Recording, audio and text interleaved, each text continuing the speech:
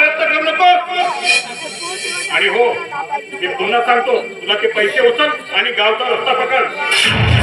कुणाला सांगतोस हे पैशाचे विकास? अरे कुणाला सांगतोय?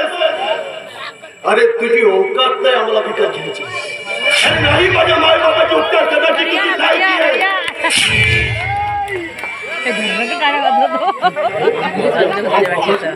त्याचे उपचार करण्यासाठी हा गोविंद जिवंत आहे.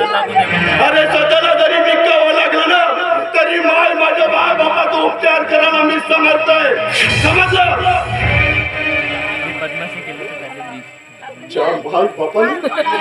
याला शिकवण्यासाठी नांगर वस्त्रात धुरा आपल्या कानावर घेतली.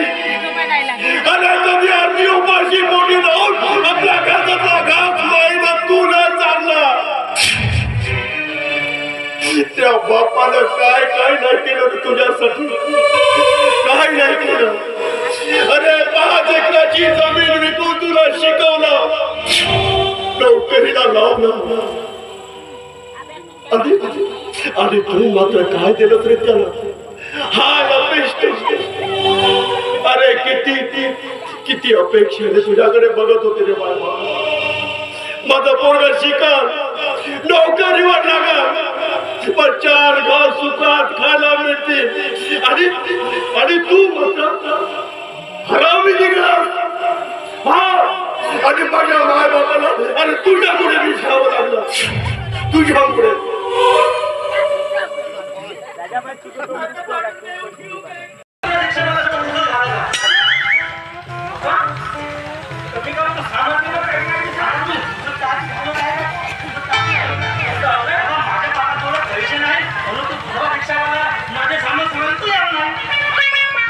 म्हणून तुझ्यासाठी मी समोर 100 मारा झालो.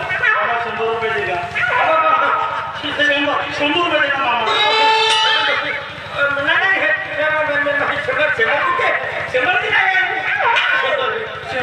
फक्त 100 रुपये दे मामा. अरे मी तुझ्या मामा नाही का? मामा असा करते. 100 रुपयासाठी असा करतेस का? गरीब बाबा, मी तुझा मामा नो. तुम्ही कोण ना?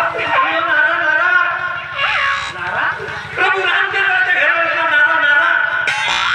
हे जर मामीला माहीत झाला तर तुला तुरवल्याशिवाय राहिलं कोणती मामी हे? अरे बाबा, अरे मी नोकऱ्या घरचा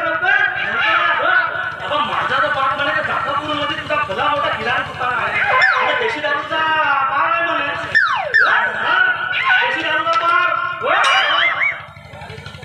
अरे पण बाबा, मी घरी सांगतो, मी नोकऱ्या येतो.